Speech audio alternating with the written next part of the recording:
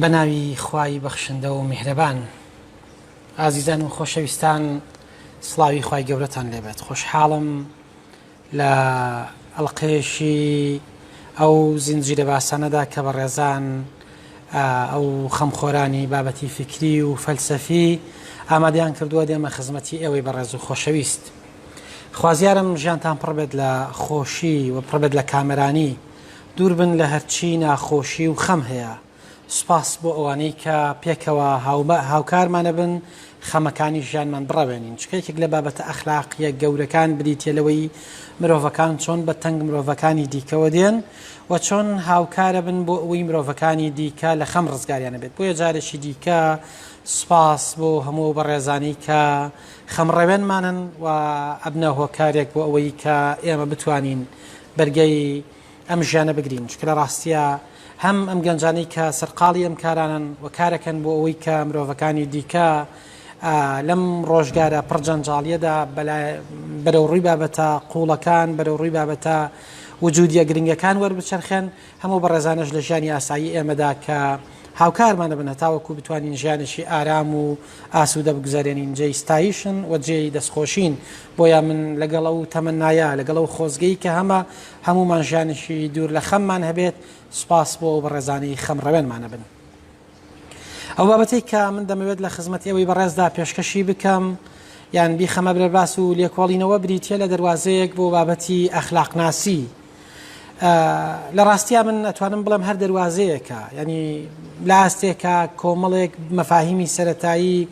کۆمەڵێک بنەمای سەرەتایی لە بابەتی ئەخلاقناسیە خینە ڕووتە هەرە و بەڕێزانی کە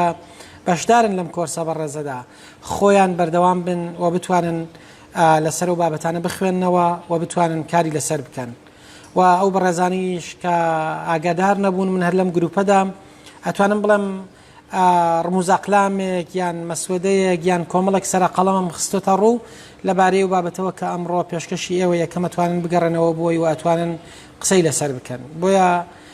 ئەگەر بگەڕێنەوە بۆ بابەتە یا ئەو بابەتستان لەبەردەستا بێت، لەوانەیە کاریگەری هەبێت لەسەر تێگەشتن یان کاریگەریی زیاتری هەبێت لەسەر ئەوەی ئێمە دەمانوێت چی بڵین و لە خەیاڵدانی ئەوەیە بابەتەکە بمێنێتەوە و زیاتر سوودی لێوەربگرن. بەڕێزان، من لە سەرتاوە دەمەوێت ینی پرسیارێکە زۆر جار ڕوبەڕوومانە بێتەوە، ئەخلاق چییە؟ یعنی کاتێک کە ئەوترێت چەمشی ئەخلاق یان مەبەست لە چەمشی ئەخلاق چییە، لێرەوە من لە ڕووی زمانەوانی یا لە ڕوانگەی ئەو مەفاهیمانەوە لەناو کۆمەڵگایە بەکاردێت چەند بابەتێک بۆ بابەتی ئەخلاق خەمە ڕوویە، چەند بابەتێک دەخەمە ڕوو کە چەند تێڕوانینێکی جیاوازە خەمە ڕوو لەبارەی بابەتی ئەخلاقەوە، هەتاوەکو ئێوەی بەڕێز بتوانن لە کاتی گفتوگۆکانە بزانین ئێمە مەفهومی ئەخلاق بە چ مەفهومێک بەکارهێنین. چکە زۆر جار کاتێک کە تۆ مەفهومێک بەکارهێنیت کێشەیەکی زمانیت بۆ دروستە بێت یا کەسی بەرامبەر بە جۆرێکی دیکە ئەم بابەتی بەکارهێناوە یان جۆرێک لە جۆرەکان ئەم بابەتە بۆ ئەو ئەکرێت بەو شێوەیە یان بەو جۆرە ئێمە تەفەهوم یەکەین تەفەهومی نەکات. خاڵی یەکەمیان بریتێ لەوەی کە ئەخلاق وەکو فەزیلەت بەکاردەهێنرێت. کاتێک کە لە ژیانی ئێمەیە چەمکی ئەخلاق بەکارهێنین لە بەرامبەر چەمکی فەزیلەتەوە بەکارهێنین. ئێوەی بەڕێزەزانن لە مەفهومی ئەخلاقیە، لە گیانبینی ئەخلاقیە چەمکەکان دابەشە بن بۆ دوو بەهای سەرەکی. بەهایشیان بریتێ لە بەهای فەزیلەتن و بەهای دووهەمیان بریتێ لەو بابەتانی کە پێیان ئەوترێت ڕەزیلەت. کاتێک ئێمە چەمکی ئەخلاق لە قۆناغی یەکەما بەکارهێنین وەک مرادیفێک یان وەکو هاواتایەکی چەمکی فەزیلەت بەکاریهێنین. بۆ نمونە ئەڵێین درۆنەکردن کردارێکی ئەخلاقیە یان درۆکردن کردارێکی نائەخلاقیە. ئەوە لەو قۆناغەیە مەوتومانە درۆکردن ڕەزیلەتە، ڕاستگۆیی فەزیلەتە. کەواتە خاڵی یەکەمیان ئەوە تا ئێمە چەمکی ئەخلاق بە مانای فەزیلەت بەکارهێنین. خاڵی دووەمیان بریتێ لەوەی کە ئێمە چەمکی ئەخلاق بەرامبەر بە کۆمەڵێک سیستمێک بەکارهێنین، کۆمەڵێک بکەومەکە لە خۆی ئەگرێت. واتە پێمان دەڵێت چی بکە چی مەکە. چۆن ئێمە دەڵێن زمان سیستمێک لە سیستمێک پێکاتوە، لەو قۆناغەشە ئێمە ئەڵێن کە ئەخلاق وەک لە بەرامبەر چەمکی سیستمێکە بەکاری هێنین، ئەوە قۆناغی دووهەمیانە. واتە سیستمشی ئەخلاقی کۆمەڵێک ڕێسان کۆمەڵێک بنەمان کۆمەڵە بکەومەکان کۆمەڵە باش و خراپن کە ئێمە بەکاری هێنین قۆناغی سێهەمیان بریتە لەوەی ئەخلاق وەک یاسای گروپێک بەکارێ هێنین بۆ نمونە لەم قۆناغەیە کاتێک گەڵین ئەمە لەگەڵ ئەخلاقی مسلمانە نایەتەوە یان لەگەڵ ئەخلاقی مەسیحیەتە نایەتەوە یان لەگەڵ ئەخلاقی شارنشینیان نایەتەوە یان تەنان دەڵێن لەگەڵ ئەخلاقی پزیشکیان نایەتەوە یان ئەوترێت لەگەڵ ئەخلاقی عەشایرە نایەتەوە من هەمویان کۆمەڵێک مەفاهیمن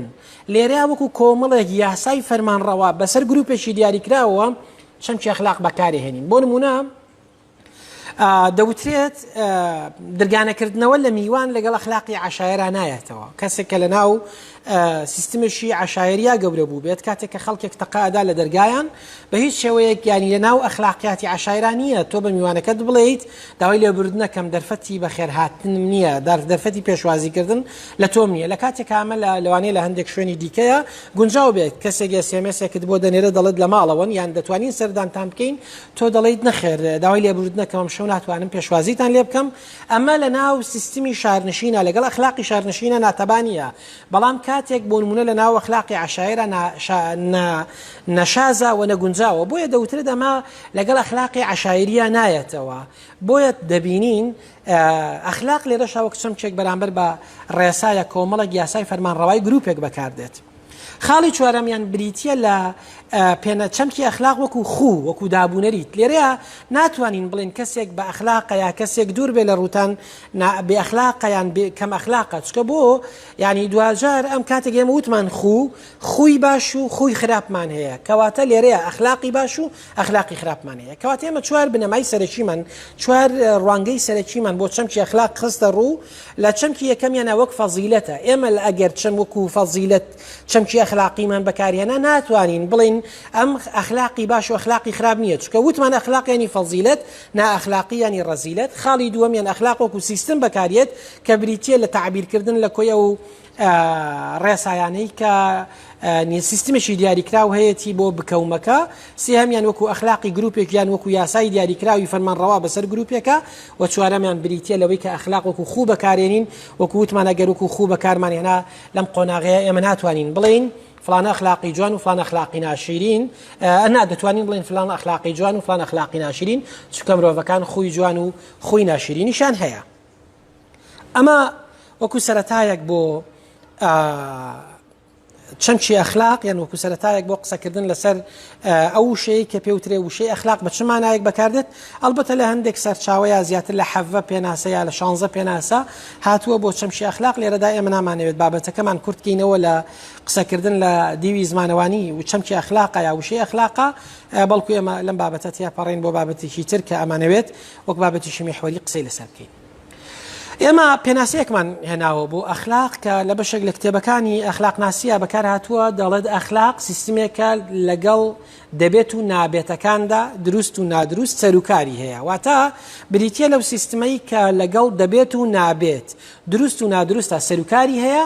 و تەنها کردداری ئیرادی و اختیاری مرۆڤی پێدەخوێنرێتەوە من دەمەوێت ئەمە زۆر بە هەمتی ئەوە وەربگرن لێرەیە زۆر یعنی ئێمە لێرەیە چۆن پێناسەیەکمان بۆ کات جامع بێ بە مەنا منطقەکەی ئەخرێمە لە زۆربەی کتێبەکانە ئەوترێت فلانە شت پێناسەیەکی جامع و مانعی نییە من لێرەیە دەمەوێت ینی ئەم بابەتە بەکاربێنین چۆن ئێمە ئەخلاق بناسین و چۆن لە غیری خۆی جایکەینەوە ئێمە چۆن هەموو ڕەگەز لە پێکهێنەرەکانی ئەخلاق لە پێناسەیەکە کۆبکەینەوە و چۆن ئێمە بتوانین لەگەڵ ئەوانی دیکەشە جایکەینەوە چکە زۆر گرنگە بۆ پێناسە بەڕێزان زۆر گرنگە کاتێک کە تۆ پێناسەی شتێکەکەیت بۆ نمونە هەموو خەسڵەتەکانی ئەو بابەتە دیاریکراوی تێدا باس بکەیت بۆ نمونە کاتێک کە تۆ باسی خانوویەکی دیاریکراوەکەی بۆ نمونە باسی مزگەوتەکەیت پێویستەکە کاتێک پێناسەی مزگەوتەکەیت هەموو خەسڵەتەکانی مزگەوتی تیا بێ بینایە بۆ نمونە میحرابە منبەرە مکەبەرەیە بۆ نمونە ڕاخەرە هەموو بابەتانی کە لە ناو مزگەوتە هەیە لە پێناسەکەی تو ڕنگ باتەوە بەڵام پێویستەکە ئێمە ئەو ڕەگەزانەشی تیا بێت کە مزگەوت لە بیناکانی تریا مزگەوت لە کلێسات جیا ئاکاتەوە بۆیە ئێمە ئەخلاق دەڵین سیستمێکە لەگەڵ دەبێت و نابێتەکان دروست و نادروستەکانە مامەڵە ئەکات ئەمە جامعە ئێماڵین بۆ نمونە لێرەیە ئەکرێت قانونی شەمان کار بکات ئەکرێت بۆ نمونە دابوونەریتی شەمان کار بکات دەکرێت دینی شەمان کار بکات بەڵام ئێمە چۆن بتوانین ئەخلاق لە بۆ نمونە یاسا ئەخلاق لە دابوونەریت ئەخلاق لە تەنانەت هەندێک جار سۆسیۆلۆژیات ئەخلاق لە دین جیا بکەینەوە دەڵێن تەنها کردداری ئیرادی و اختیاری مرۆڤی پێدەخوێنرێتەوە کەواتە ئێمە ئەم 5 بابەتە ئەم لێرەیە ئەم بابەتە دەهێنین 5 خەسڵەت 5 ڕەهەندی سەرەکی 5 بنەمای سەرەکی لێ وەرەگرین ئەم 5 بنەما سەرەکیەمان لێ وەرگرت لێرەوە ئەتوانین قسە لەسەر بابەتی ئەخلاق بکەین و دەتوانین ورتر بابەتی ئەخلاق جیا بکەینەوە خاڵی یەکەمیان بریتە لەوەی کە چەمکێکە بابەتە سەرەشیەکانی ئەخلاق لەخۆ ئەگرێت واتە ئێمە پێویست دەکات کۆمەڵێک چەمکی بنەڕەتی هەن لە بابەتی ئەخلاقە لە بەردەستی ئێمەیە هەبن بۆیە دەڵێم چەمک ناڵێم زاراوە یان ناڵێم وشە چونکە بەڕێزان چەمکە کرێ بە مانای تر دەری بڕین یان مەفهومە کرێ بە مانای تر دەری بڕین بەڵام کاتێک کەوتمان وشە تەنها وشەیە خاڵی یەکەمیان بریتە لە یەک لەو چەمکانە دەڵێن دەبێت و نابێت واتەمە دوو چەمچی بنەڕەتین لە هەر کەسێک دەیەوێت لێکۆڵینەوە لە ئەخلاق بکات پێویست دەکات بزانێت دەبێت و نابێت وەک دوو بابەتی ئەخلاقی وەربگرێت دەبێت ئێمە ڕاستگۆ بین نابێت ئیرەیی بە هاوڕێکەمان بەرین نابێت غیرە لە هاوڕەکانمان بکەین نابێت لە دڵپیس بین نابێت حەسوود بین نابێت چی دەبێت چی دەبێت نابێت چی ئەمانە هەمویان چەمکی ئەخلاقین دەبێت جوامێر بین نابێت ترسنۆک بین کەواتە ئێمە لێرەیە کۆمەڵێک چەمکی دەبێت و نابێتمان هەیە ئەمە دوو چەمکی بنەڕەتی ئەخلاقن و هەر کەسێک لە بواری ئەخلاق ناسیە قسە بکات دەبێت بزانێت کە ئەم دوو چەمکی ئەخلاقین دووەمیان دروست و هەڵا ئێمە ئەڵین فڵانە کار دروستە بەخشندەیی کارێکی دروستە بەڵام ئیسراف کارێکی نادروستە بەخشندەیی کارێکی دروستە ئیسراف کارێکی نادروستە خاڵی سێمیان باش و خراپ فڵانە کار باشە سادەیی لە ژیاندا باشە بەڵام لەگەڵ ڕێزمە گەمژەیی خراپە ئێمە ئەم دوانە لێک جاکەینەوە سادەیی واتە ئێمە مرۆڤێکی سادەی بێگرە و گۆڵین مرۆڤێکین بەردەوام خەریکی تەفسیرکردنی کارەکانی ئەوانی دیکەنین مرۆڤێکین بەردەوام تەویل بۆ کارەکانی ئەوانی دیکەنێکن تەویل بە مانا فەلسەفیەکەینە تەویل بۆ مانایی کە ئێمە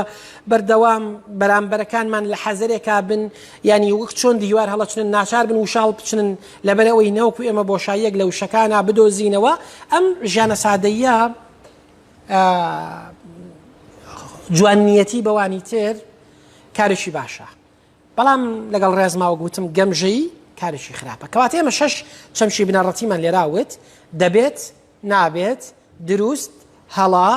باش خراپ چەمکی حوتەمیان ئەرکە ئێمە ئەرکمان بەرامبەر بە ئەوانی دیکە چییە بۆ نمونە ئەگەر وا دابنین من کەسێکی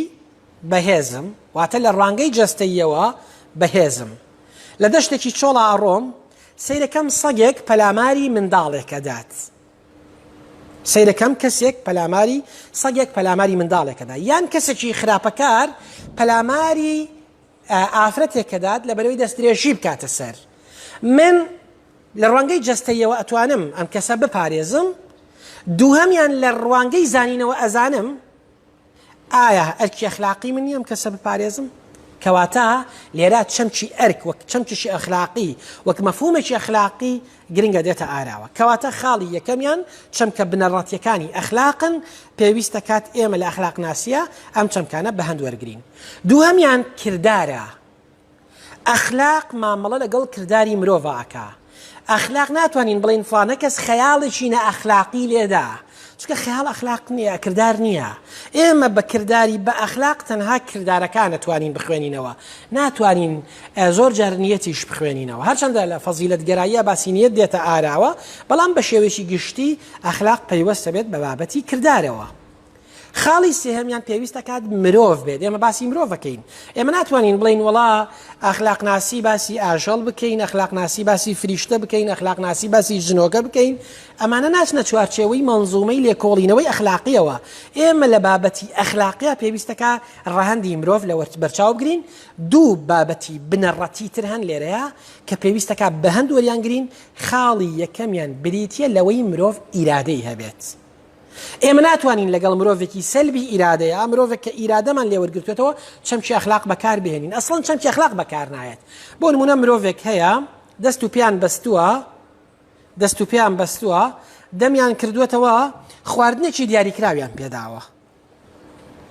یعنی دەست و پیان بەستووە توانی ئیرادیان لێ زەوت کردووە دەست و پیان بەستووە بۆ نمونە لە ڕێگەی قەسەبێکەوە خواردنێکی دیاریکراوەکەن بە قوڕگی ئەم کەسەیە لوتیشی ئەگرن ناچار بێ قوتی بدات لێرە ناتوانین چەمکی ئەخلاقی بۆ بەکار بهێنین بۆ چونکە ئیرادەی نەبووە بۆ نمونە کاتێک کە من دەست و پێمە بەستن و فرەمەدەنە ژوورێکی دیاری کراوە هیچ ئیرادەیەکم نییە بۆ نمونە زۆر بابەتی تر کاتێک کە مرۆڤ ئیرادە لە دەست ئەدات لێرەیە بابەتی ئەخلاق مانای نامێنێتەوە یا بابەتی ئەخلاق گرفتی ناتوانین پێی بخوێنەوە خاڵی دووەمیان بریتە لەبەر ئەوەی کە گرنگە لێرە پێویستەکە مرۆڤ تەنها ئیرادە بە کافی نییە بەڵکو اختیاریش گرنگە اختیار هەبێ لە ژیانی مرۆڤە بۆ نمونە کەسمان گومانمان لەوە نییە خواردنی ماڵی ئەوانی تر کردارێکی ناخلاقیە چکە بۆ حەقی مڵکیەتی ئەوان حەقی خاوەنداریەتی ئەوان دەخینە ژێر پرسیارەوە بۆیە گرنگە ئێمە لە کاتی ئاساییە کاتێک قسە ئەەکەین خواردنی ماڵی ئەوانی دیکە کردارێکی ناخلاقیە بۆ نمونە کەسێکی دیاریکرا و باخێکی دیاریکراوی هەیە میوەیەکی دیاریکراوی هەیە لە دۆخی ئاساییە خواردنی ئەو میوەیە کردارێکی ناخلاقیە لە هەر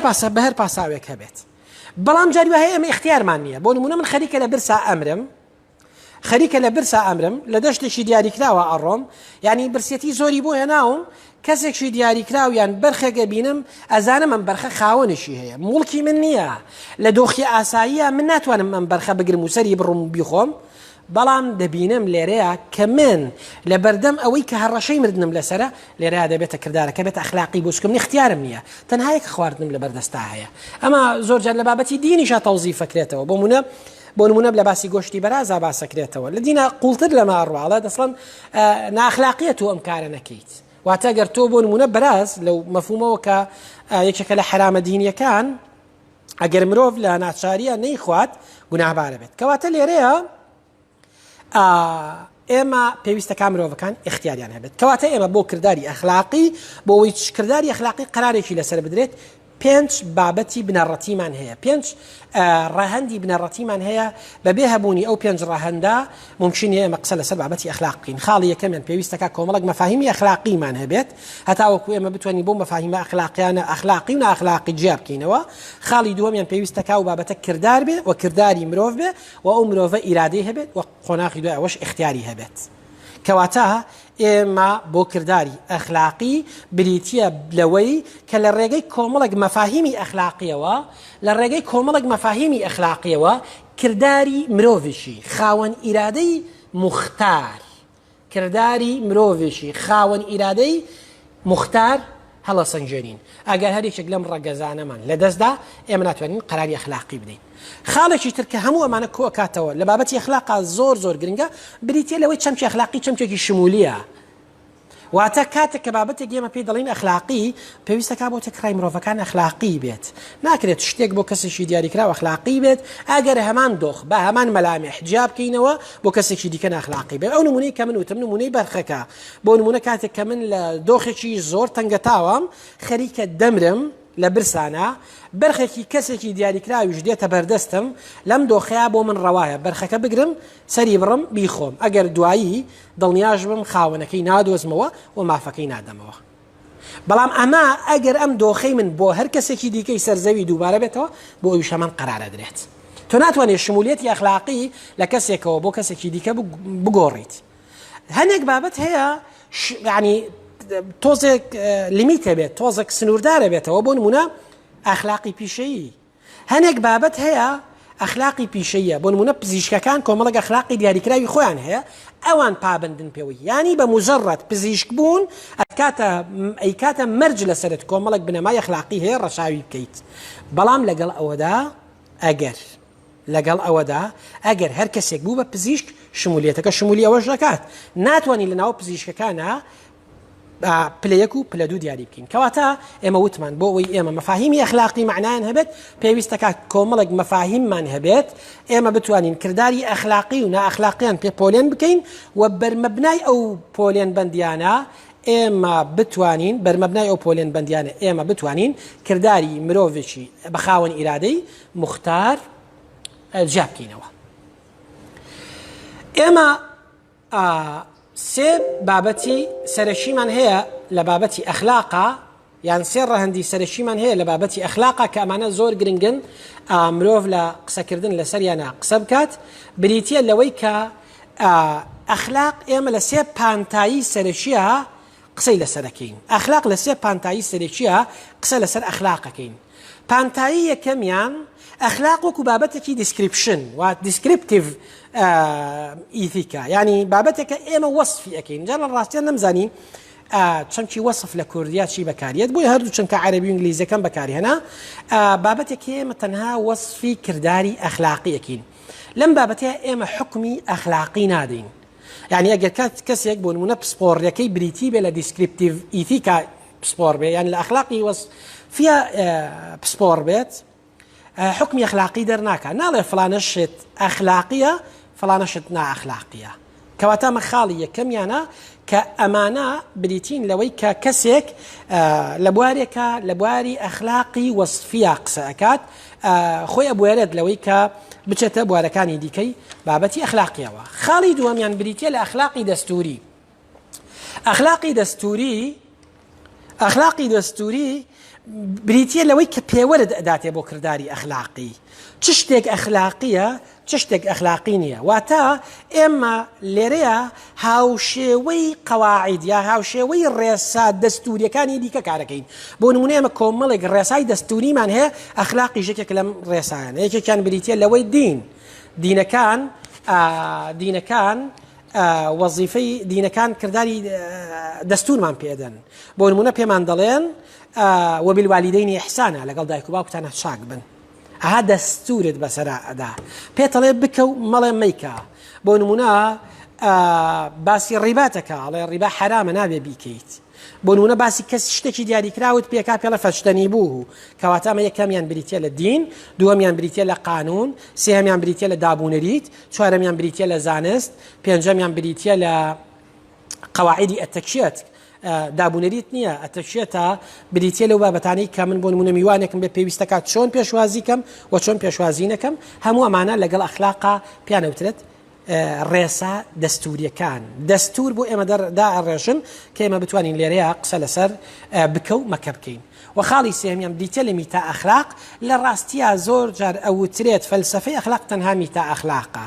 میتا ئەخلاق بۆ مانایەی تێڕوانینی وجودیە ئەنتۆلۆژیانەیە بۆ بابەتی ئەخلاق. یعنی ئەو بابەتی کە لە فەلسەفەیە کە قسەی لەسەرەکرێت بریتە زۆر جار ئەوترێت بریتە لە میتا ئەخلاق یان بان ئەخلاق، ئەو بابەتانەی کە یان پێوترێت پری دیسکریپتیڤ واتە پێش وەصفە. ئێمە بریتە لەو جیهان بینیانەی کە لەبارەی ئەخلاقەوە هەمانن. کەواتە ئێمە ئەم سێ فیڵدە دیاریکراوە، ئەم سێ پانتایە دیاریکراوە لە بابەتی ئەخلاقا بە خێرایی ئەناسێنین هەتاوەکو بتوانین بابەتیان لەسەر، یعنی هەتاوەکو بتوانین بۆ ئێوەی بەڕێز ڕوونیکەینەوە هەر بە ڕێزە کاتێک ئەوێت قسە لەسەر بابەتی ئەخلاقی بکات ورتر لەسەر ئەم بابەتە بڕات بڕێوە. خاڵی یەکەمیان وتمان ئەخلاقی وەصفیە. یەکەمیان ئەخلاقی وەصفی زانستێکی دیاریکراو نییە، بڵێن کەسێک هەیە ئەم زانستێکی خوێندووە، چۆن بۆ نمونە ئێماڵین کەسێک هەیە بۆ نمونە فیزیاییە یا لە فیزیایی ئەتۆمە شارەزە زانایە، یان لە هەر بابەتیشی تر، یان لە بایۆلۆژیا یان لە مۆلیکولەر مایکرۆبایۆلۆژیا یان هەر بابەتانی دیاریکراوە هەن کە ئەمانە بریتین لە کۆمەڵێک زانست کە وهاتوونەتە ئاراوە بریتە لە کەسێک پسپۆڕیتیا هەیە. بەڵام ئەخلاقی وەصفی یان ئەخلاقی دیسکریپتیڤ یەک زانست نییە، کۆمەڵێک زانستی دیاریکراو ئەچنە ژێر سایەی ئەم بابەتەوە کە پێوترێت ئەخلاقی وەصفی. یەکێک لەو زانستانە کە پێوترێت دەروونناسی ئەخلاق. لە ڕاستیە خاڵی بنەڕەتی دەروونناسی ئەخلاق یەک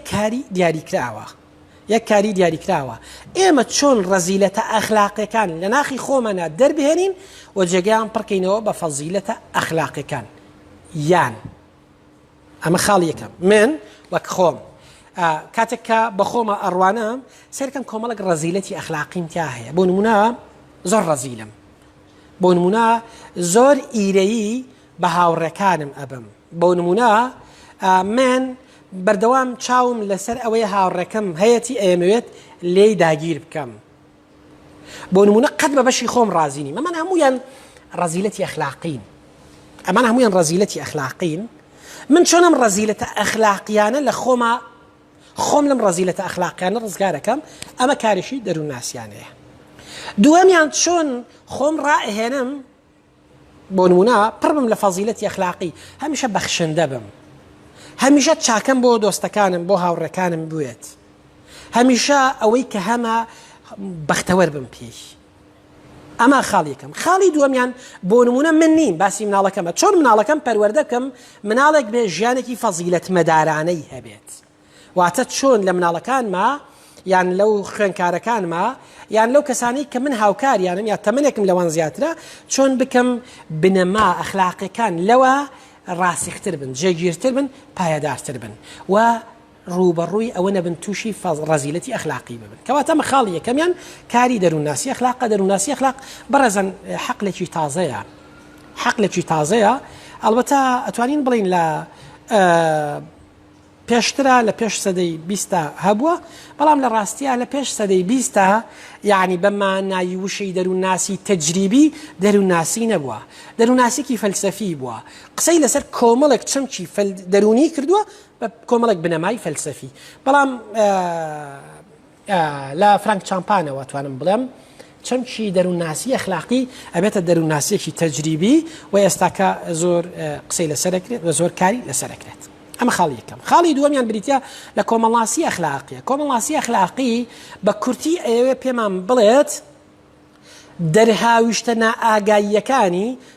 نائاگاییەکانی ئەخلاقی تاک لەسەر کۆمەلگا چییە؟ بۆ نمونە ئەگەر ئێمە تێکڕای کۆمەلگایەک ڕاستگۆ بن،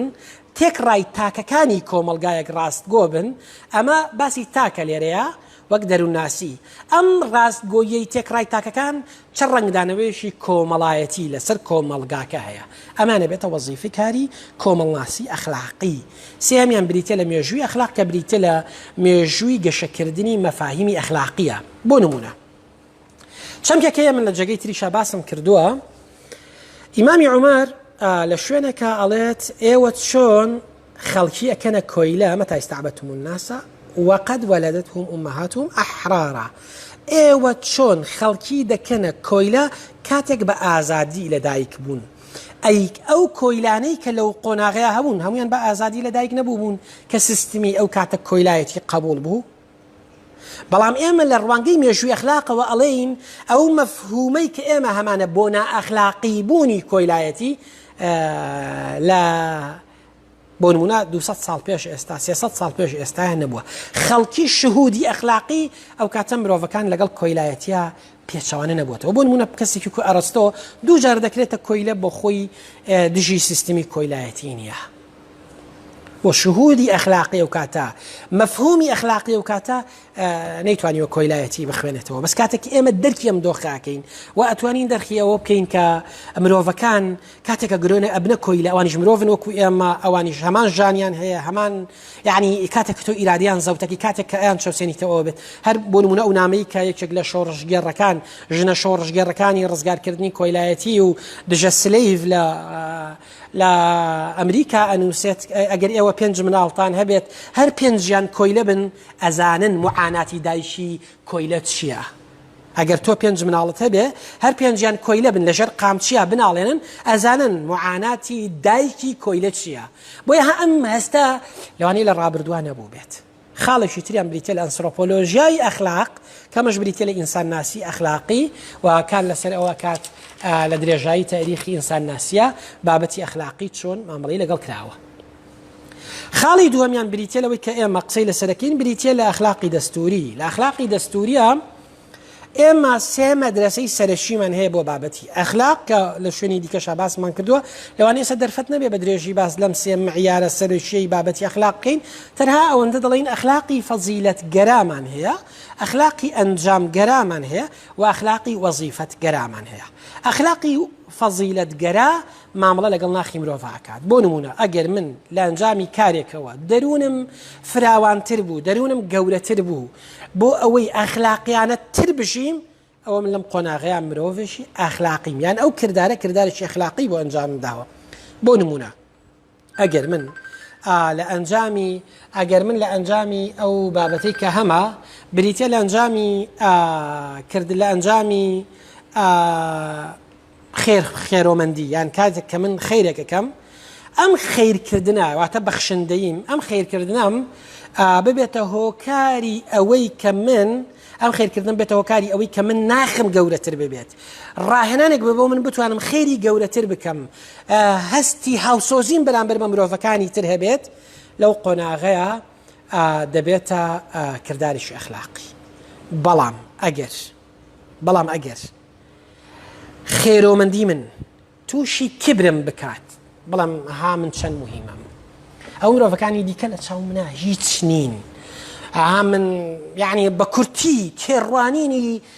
کەمڕوانین بۆ ئەوانی ترم تیا گەشە بکات بە دڵنیاییەوە ئەو کاری خەیرەی کردومە بە پێی مەدرسەی فەزیلەتگرایی کارشی نائەخلاقیە نمونەکە ڕوونە ئەگەر من بۆ نمونە توانای بەخشینم هەبێت ئاستێکی دارایی گونجاوم هەبێت یان ئاستێکی معریفیم هەبێت بتوانم معریفەکەم ببەخشم بتوانم لە شوێنێکە دەستی کەسێک بگرم فێر ببێت ئەگەر ئەمە ڕاهێنانێک بێ بۆ من دەروونم گەورەتر بێت بەردەوام لە پارەکەم یا لە معریفەکەم ببەخشم کردارێکی ئەخلاقیم کردووە ئەگەر من لێرەیە غرورێکم بۆ دروست ببێ ببینم بۆ نمونە یعنی خەڵکی ئۆفەر پێشکەشەکە من لایڤێک تەقدیم بکەم لە شوێنێکە یان ئاوا خۆم ببینم من لە ئاستێکی گەورەترم لە ئینسانەکانە بە دڵنیاییەوە ئەو کارە کردارێکی نائەخلاقیە بە پێی قوتابخانەی فەزیلەتگەرایی کەواتە قوتابخانەی فەزیلەتگەرایی هەمیشە تۆ ئامادە ئەکا بۆی کردداری ئەخلاقی ئەنجام بدەیت شایستەی ئەنجامدانی کردداری ئەخلاقی بی ئەمە زۆر گرنگە یعنی ڕاستی ئەم خوێندنەوەیکی زۆر گرنگە خوێندنەوەیکی دەرونی زۆر معقولیشە بەڕێزان ئەگەر من بۆ نمونە کاتێک ئەبەخشم غرورم بۆ پیا بکە و ئەوانی تر بەکەم سیر بکەم بە دڵنیاییەوە چکە لەم قۆناغە ئیتر من دەرونی خۆم ئازار داوە دەرونی خۆم وا لێ کردووە کردداری نائەخلاقی ئەنجام بدەم با بەخشینیش بێت ئیتر بەخشینی ماڵە بەخشینی معریفەیە بەخشینی کاتە بەخشینی هەر شتێکی دیکەیە لەم قۆناغەیە ئەمە کردداریشی نائەخلاقیە بۆ نمونە فەزیلەتگەراکان نمونەیەک هێننەوە ئەڵەن بۆ نمونە ئەگەر ئێمە تیرروکەوانێک یان تفەنگچیەک ئەگەر گولە بتەقێنێت تفەنگچێکی دەرەجە یەکمان هەیە بەس احتیمالی هەیە لە سەدا 99 نیشانە بپێت کەسێکیشمان هەیە بە حیاتی دەستی بەرچەک نەکەوتووە احتیمالی هەیە لە سایەک نیشانە بپێشێت ئەگەر ئەم تفەنگچیە گولەک نیشانەکە نەپێکێت ئەو کەسێک کە بە حیاتی تفەنگچیش نەبوو و توانای تفەنگچیشی نیە نیشانەکە بپێکێت ئەمە ئەو کەسە ناکاتە تفەنگچی ئەمیش لە تفەنگچی بوو ناخات بۆ چونکە ئەم شایستەی پێکانە ئەو شایستەی پێکان نییە ئەمە خاڵی یەکەمیان خاڵی دووەمیان مەدرسەی دووەمیان بریتێ لە ئەنجامگەرایی لە شوێنێکی سادەیە چکە مش مناقەشاتی تیا هەیە بەڕێزان من نامەوێت بە سادەکردنەوەی ئەم بابەتانە کارێک بکەین هەر مرۆڤێکم بابەتانەی بیست بڵێ وڵای تر من هەموو ئەخلاق ئەزانم چکەم بابەتانە فەزیلەتگەرایی لە ناو خۆیان ڕووگەیەکی گەورەیە دنیایەک مناقەشاتی گەورەیە کە تەمەناکەم گەنجانی ئێمە خەڵکانی خوێنەواری ئێمە خەڵکانی زمانزانی ئێمە بەورتر لەم بابەتانە بکۆڵنەوە چکەمە تەنها تعریفە بەڕێزان ئەمە تەنها شتێکی ویکیپیدیایانەیە ئەمە شتێکە يعني تەنها شتێکی موسوعەیە شتێک نییە کە ئینسان چوو بێتە قوڵایەکەیەوە ئەخلاقی ئەنجامگەرا ئەڵێت زۆرترین قازانج بۆ زۆرترین کەس کەمەژە گوتمان مناقەشەی لەسەر هەیە بۆ نمونە دەڵێت تۆ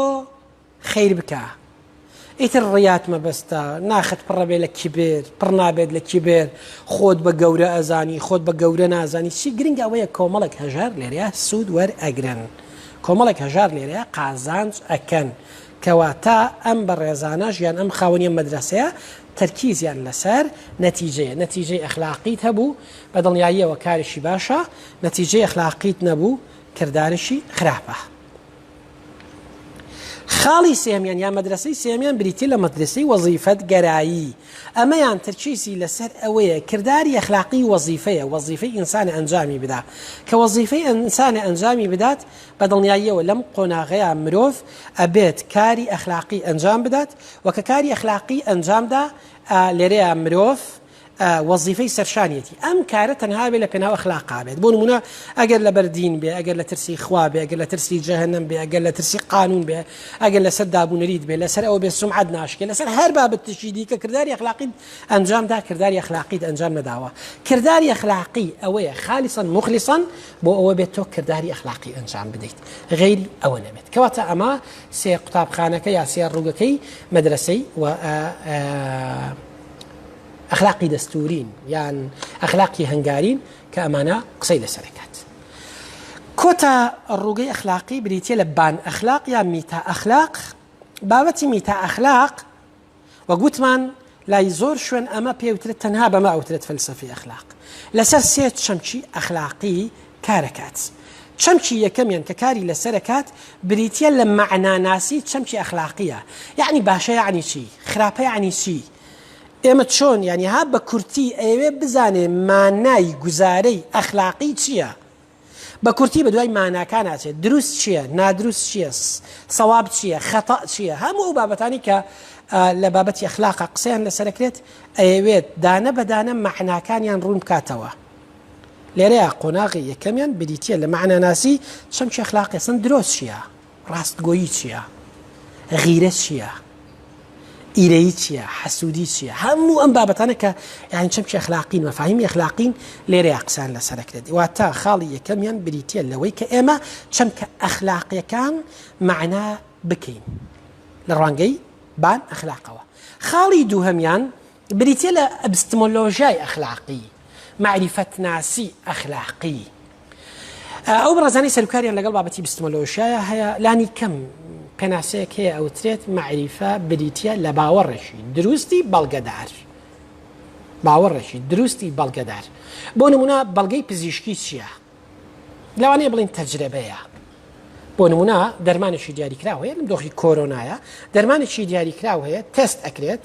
لەسەر بۆ نمونە 1000 نەخۆش ئەنجامەدرێت ئێمە ئەڵین لەم 1000 نەخۆشەیە 950 نەخۆشیان 970 نەخۆشیان کورە 500 نەخۆشیان وەڵامیە دەرمانەکەیان داوەتەوە ئەم 500 نەخۆشە کە وەڵامی دەرمانەکەیان داوەتەوە ئێمە ئەڵێن کەواتە ئەم دەرمانە بەڵبەت بەو معیاری کە دانراوە ئەڵێن ئەم دەرمانە دەرمانێکی دروستە دەرمانێکی گونجاوە بۆ بەکارهێنانی کۆرۆنا کەواتە بەڵگەناسی پزیشکی بریتە لە تەجربە ئەزمون ئەی بەڵگەناسی ئەخلاقی چییە